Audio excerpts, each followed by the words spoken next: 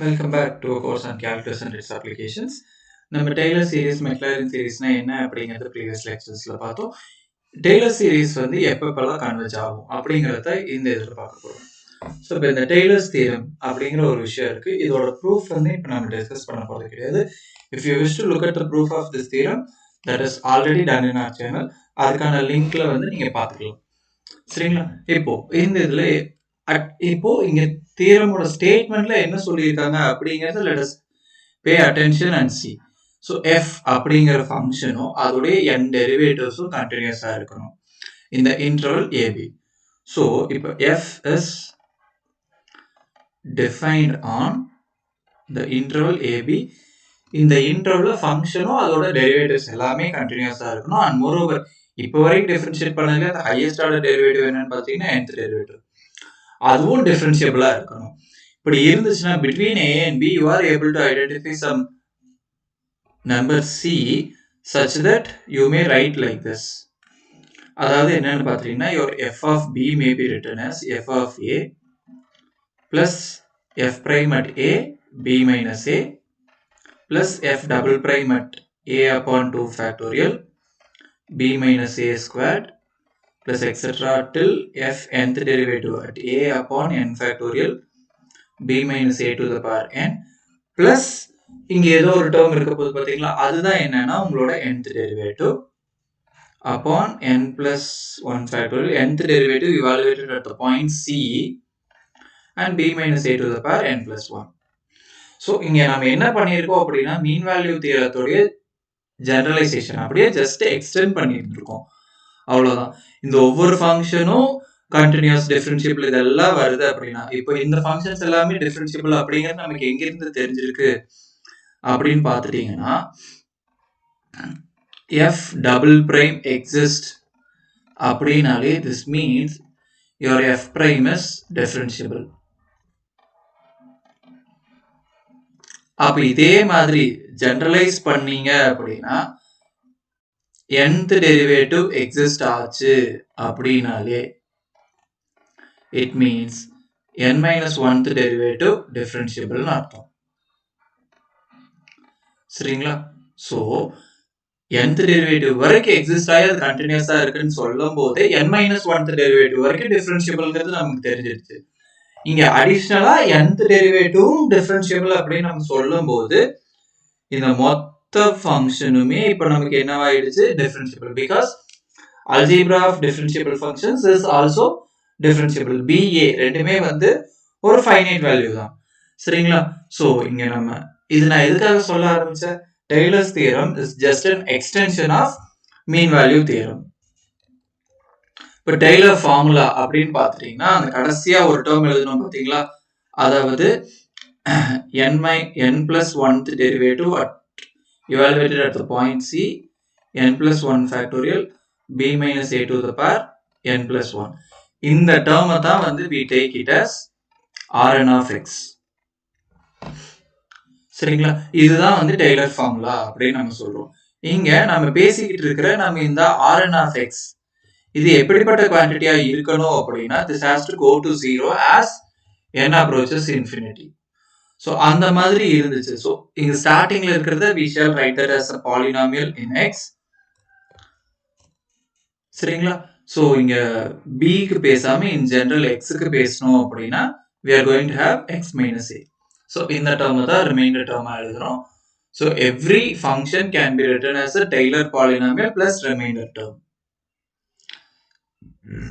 சரிங்களா? So remainder term is also called as error term. இப்போ reminder வந்து as n approaches infinity if it goes to 0 நம்மளோட Taylor formula வச்சு வந்து we can write the entire function. Okay, so let us get into examples now. Taylor series கொடுத்துருக்காங்க e power x, இது வந்து எல்லா xக்கும் converge ஆகுது அப்படின்னு ப்ரூஃப் பண்ணுங்கன்னு சொல்றாங்க. So e power x வந்து we shall write it as 1 plus x squared upon 2 factorial plus x cube upon 3 factorial plus etc. till x power n upon n factorial plus some terms that is Rn of x. இந்த Rn of x என்னவா இருக்கும் அப்படின்னா உங்களோட n plus 1th derivative என்னது n plus 1th derivative of e power x. So e power x n plus 1 times differentiate பண்ணினால் you are going to get e power x. That is to be evaluated at some point c. So e power c upon n plus 1 factorial multiplied with x power n plus 1. சரிங்களா, இந்த c எங்க லை ஆகும் அப்படின்னா between 0 and x. அங்க நம்ம இங்க சொல்லும்போது the c lie between எங்க நம்ம சொல்லியிருந்தோம், c lie between a and b அப்படிங்கிற மாதிரி சொல்லியிருந்தோம். இந்த இடத்துல நம்ம பேசும்போது the c lie between a and x. So இப்போ open interval some open interval இங்க நம்ம பேசியிருக்கிறது என்னன்னு பாத்தீங்கன்னா சம் ஓப்பன் இன்டர்வல் ஐங்கிறது தான் பேசியிருந்திருக்காங்க. அண்ட் இந்த ஏங்கிற பாயிண்ட் வந்து ஐக்குள்ள இருக்கணும். So if this is your open interval, sorry, so if this is your interval, இந்த இடத்துல somewhere if you have A and X, உங்க எக்ஸ் வந்து இங்கேயும் இருக்கலாம் அல்லது இங்கேயும் இருக்கலாம். ஸோ எக்ஸ் எந்த இடத்துல இருக்கு அப்படிங்கறத பொறுத்து your C is going to vary. So இப்போ எக்ஸ் எங்க இருக்கு அப்படிங்கறத பொறுத்து your C maybe between this one or this one. Okay, so x எங்க வேணாலும் இருக்கலாம். எக்ஸ் எங்க இருக்குங்கிறத பொறுத்து ஏக்கும் எக்ஸுக்கும் நடுவில் வில் ஐடென்டிஃபை சி. ஸோ அதை தான் இங்க சொல்லி இருந்திருக்காங்க. சரிங்களா, இப்போ e power x வந்து ஒரு இன்க்ரீசிங் ஃபங்க்ஷன் அப்படிங்கிறது தெரியுது. So e power c live increasing function அப்படிங்கிறங்காட்டி இப்போ நம்ம என்ன சொல்லிட்டோம், எக்ஸுக்கும் ஜீரோக்கும் எக்ஸுக்கும் நடுவில் c இருக்க போகுது. So let us take 0 to be here and x to be here. So in general between அப்படின்னா அது ரெண்டு நடுவில் எப்படி வேணாலும் இருக்கலாம். இன் ஜெனரல் நம்ம எந்த மாதிரி எடுக்கிறோம் அப்படின்னா 0 அண்ட் x அப்படின்னா 0க்கும் x-க்கும் நடுவில். So 0 left most, x right most, in between c இருக்கு. since f is, அதாவது இங்க ஃபங்க்ஷன் என்னது, e power x is increasing one. so இது increasing அப்படினாலே e power 0 is less than e power c which is less than e power x, then இது 1. so இப்படி ஒரு விஷயம் நமக்கு கிடைக்க போகுது. சரிங்களா, இது எப்போ ஜெனரல், இன் ஜெனரல் நம்ம பேசியிருந்திருக்கோம். சரி, e power x 1க்கும் e power x-க்கும் நடுவில் இருக்கும். இதே x வந்து ஒரு நெகட்டிவ் குவான்டிட்டியா இருந்தா, ஸோ x நெகட்டிவ் குவான்டிட்டியா இருக்குது அப்படின்னாலே 0 x இங்க c இருக்க போகுது. So e power x less than e power c less than e power 0. இந்த கேஸ்ல நமக்கு என்ன வரும், less than 1ங்கிற மாதிரி வந்துருக்கும். கரெக்டுங்களா, when x itself is 0, x 0வா இருக்கு, 0க்கும் 0க்கும் அப்ப c யும் என்னதான், when x is equal to 0 this forces c is also 0. சரிங்களா, இந்த விஷயங்கள் எல்லாம் வந்து நோட் பண்ணி வச்சுக்கோங்க. இதை வச்சுக்கிட்டு you have this quantity. so when you take absolute, இங்க உங்களுக்கு என்ன ஆயிருது, இந்த e power c வந்து 1 விட கம்மியாவும் போறதுக்கு சான்ஸ் இருக்கு, 1 விட அதிகமா இருக்கிறதுக்கும் சான்ஸ் இருக்கு. உங்களோட x வந்து பாசிட்டிவா நெகட்டிவா அப்படிங்கிறது சேஞ்ச் இருக்கு. ஸோ இது வந்து ஸ்பிளிட் ஆகுது. சரிங்களா, இப்போ திஸ் இஸ் இங்கிருந்து டைரக்டா வந்தீங்க அப்படின்னா your Rn of x is equal to e power c x power n plus 1 upon n plus 1 factorial. சரிங்களா, ஸோ இது இந்த e power c வந்து எப்படி எப்படியெல்லாம் கம்பேர் பண்ணிக்கலாம், x வந்து நான் நெகட்டிவா, சாரி நான் பாசிட்டிவா இருந்தா, அதாவது x is equal to 0 இல்ல x less than 0. this is our x less than 0 case and this is our x greater than 0 case. இந்த கேஸ்ல என்ன நடந்திருக்கு, e power c 1 ஓட கம்மியா இருக்கு. இந்த இடத்துல ca 0 அப்படின்னா e power c is equal to 1. அதனாலதான் இருந்துட்டு இந்த ஒரு இன்இக்வாலிட்டி நமக்கு கிடைக்குது. கிரேட்டர் தென் அப்படிங்கும்போது e power c less than replace பண்ணீங்க அப்படின்னா e power x ஓட வந்து சேருது. இந்த ரெண்டு கேஸ்லயுமே when you make your limit n approaches infinity, your numerator becomes 0 here. Here also your numerator becomes 0. Because of this quantity, your entire term becomes 0. So உங்களுக்கு என்ன கிடைக்குது? Limit n approaches infinity, Rn of x is 0. இதனால this series converges for every x. இங்க x க்கு எந்த மாதிரியான value வருது அப்படிங்கறத பத்தியே நம்ம யோசிக்க கிடையாது. சரிங்களா? Sorry, I said because of x we are getting it to be 0. No, not because of x. In the denominator you have this quantity. Okay, so when you do these things you can very well see that this is going to 0.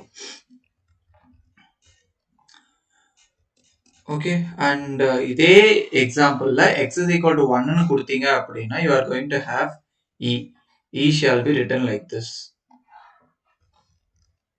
So Rn of 1 x க்கு பதிலா 1 கொடுத்தீங்க அப்படின்னா what are you going to get? You are going to get this quantity, right? E power c less than e power 1. So இந்த மாதிரி நமக்கு வந்து நிற்கும். E power 1 ங்கிற quantity is lying between okay, just a minute.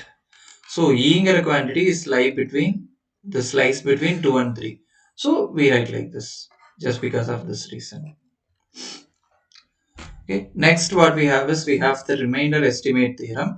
இதுல என்ன சொல்றாங்க அப்படின்னா if you have a positive constant term such that this is satisfied for all t between x and a, okay, inclusive, which means your t may be x or maybe a or any term in between, then your remainder in the Taylor's theorem satisfies this thing.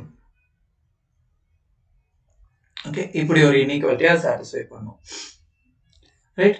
இப்படி ஒரு இன்இக்வாலிட்டியா satisfy பண்ணுச்சு அப்படினாலே then we can very well say that Taylor's theorem வந்து satisfy ஆகுது, அதாவது the convergence is verified. So show that the Taylor series for sin x. இப்போ sin differentiate பண்ண என்ன நடக்கும் இது எல்லாமே உங்களுக்கு தெரியும். So sin x வந்து when you express as a Taylor series you are going to have x minus x cube. So you can see it here. Sorry, I am not able to write. I don't know why, what is happening here. Okay, so you can see it on the screen itself. Sin x வந்து இந்த மாதிரி உங்களால எழுத முடியும். So இந்த மாதிரி எழுதுறீங்க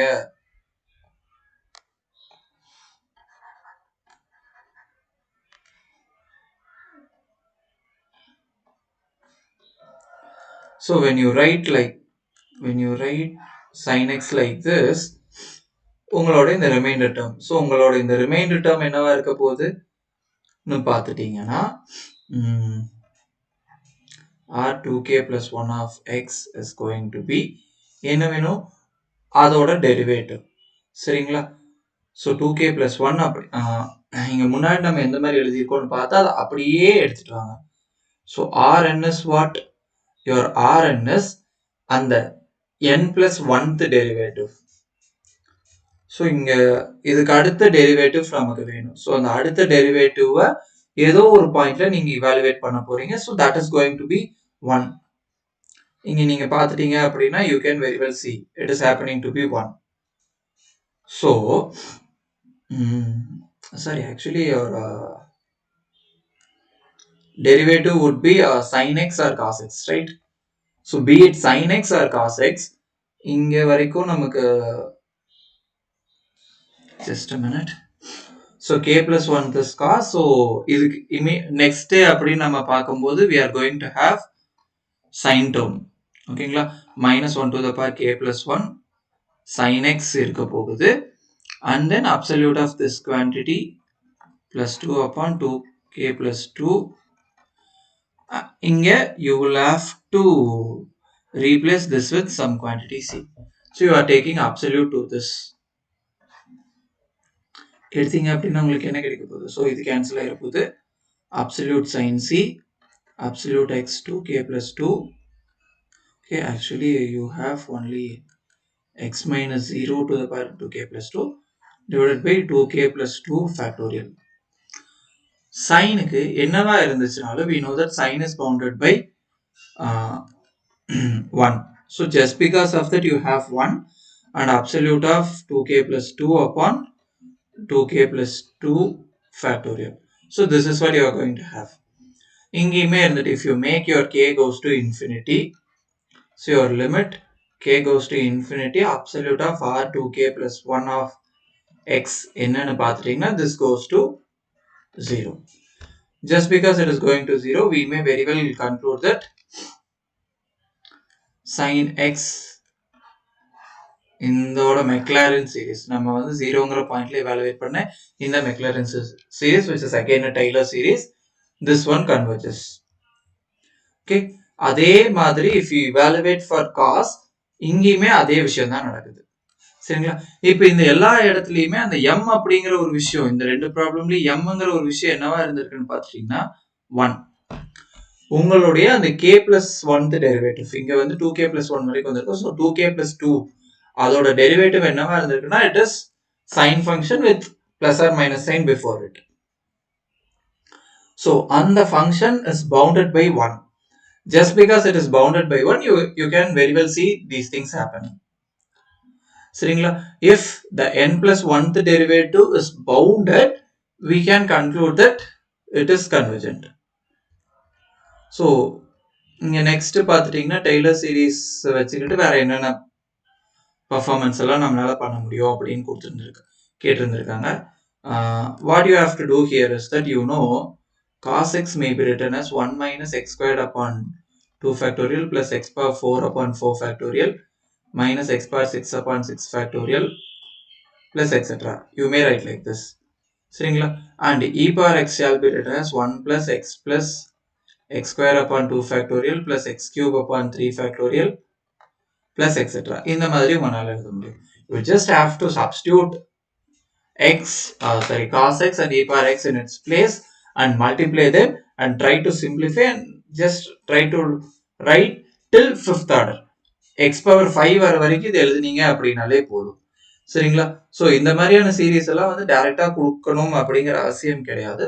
just இதை வச்சும் we are able to do things like this. அடுத்தது இந்த இடத்துல உங்களுக்கு கொடுத்திருக்கிறது என்ன அப்படின்னு பார்த்துட்டீங்கன்னா cos 2x. So in the place of x you are going to substitute 2x and the rest follows. Okay, so this is like it is ஒரு error estimate problem. இங்க என்ன பண்றோம் அப்படின்னா for what values of x we can replace sin x வந்து இதால நான் replace பண்ணிக்கிட்டேன்னா எனக்கு எவ்வளவு எரர் கிடைக்கும். ஸோ sin x அப்படிங்கிறது வந்து we shall write it as x minus x cube upon 3 factorial plus x power 5 upon 5 factorial minus etc. இதுதான். சரிங்களா? இப்போ sin x நான் approximately x minus x cube by 3 factorial ஆல நான் replace பண்ணிக்கிறேன் அப்படின்னா இதுக்கப்புறம் இருக்கிற டேர்ம் வந்து ஒரு நெக்லிஜிபிள் குவான்டிட்டியா இருக்கணும்.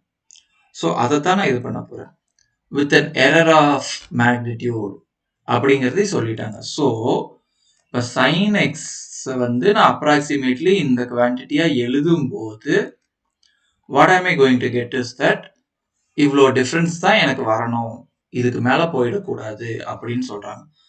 ஸோ இப்போ sin x இந்த பக்கம் ரீப்ளேஸ் பண்ணீங்க அப்படின்னா sin xக்கு பதிலாக what we have is x minus x cube upon 3 factorial plus அவங்க ஸ்பெசிஃபை பண்ணியிருக்கிற இந்த ஒரு error term x minus x cube upon 3 factorial plus x power 5 upon 5 factorial minus etc. இப்படி இருக்க போகுது. So these terms gets cancelled. So இதுக்கு மேல power ஹையரா போக நெக்லிஜிபிள் குவான்டிட்டி அப்படிங்கிறதுனாடி we just take only this quantity. So இந்த quantity வந்து இதை விட அதிகமாயிடக்கூடாது. That is the main objective. சரிங்களா? ஸோ இதில் பார்த்தீங்க அப்படின்னா absolute of x less than 3 into 10 to the power minus 4 into 120. இது என்னன்னு சிம்பிளிஃபை பண்ணுங்க. இதுல இருந்து try to identify what is x. So that is approximately 0.514. So எக்ஸுக்கு வந்து இந்த வேல்யூக்குள்ள நீங்க எடுத்தீங்க அப்படின்னா உங்களுக்கு அதிகமா போகாது. சரிங்களா? ஸோ இந்த பாலினாமியல் அப்ராக்சிமேஷன் பண்ணீங்க அப்படின்னா கிராஃப் எந்த மாதிரி கிடைக்குது அப்படிங்கிறதையும் கொடுத்துருக்காங்க. Pay some attention, make use of the tools that I have already suggested you. அதாவது ஒரிஜினல் ஃபங்க்ஷன் என்ன அப்படிங்கிறது சரி, இங்கே நீங்க எஸ்டிமேட் பண்ற ஃபங்க்ஷன்ஸ் எல்லாமே வந்து ஜியோஜீப்ரால வந்து நீங்க ட்ரை பண்ணி பாருங்க. சரிங்களா? ஜியோஜீப்ரா மட்டும் கிடையாது. This is one of the tool, the primary tool that I am using. இது இல்லாம there are plenty others like Desmos, MATLAB, இந்த மாதிரியான விஷயங்கள்ல you can just plot and see how these things happening. Thank you.